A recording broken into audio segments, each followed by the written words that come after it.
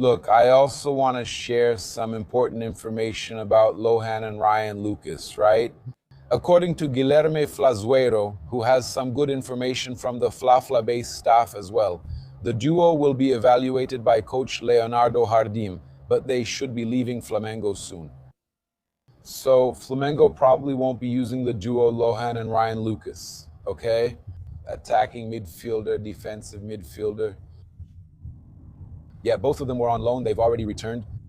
Yeah, they could have a chance with Leonardo Jardim, but he's still going to evaluate, but there's a good chance they won't be used, okay?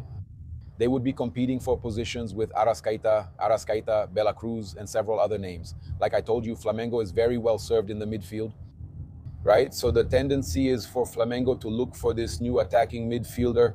We mentioned some names that Flamengo is scouting. Yeah, also, we know that Flamengo is going to the market and there's this possibility of bringing in a player, an opportunity in the transfer market. What would this opportunity in the transfer market be? It could be a star player, yes, that Flamengo could bring in, but it would have to be a player whose contract is ending, a player in the last year of their contract, or a player included in a deal for another player.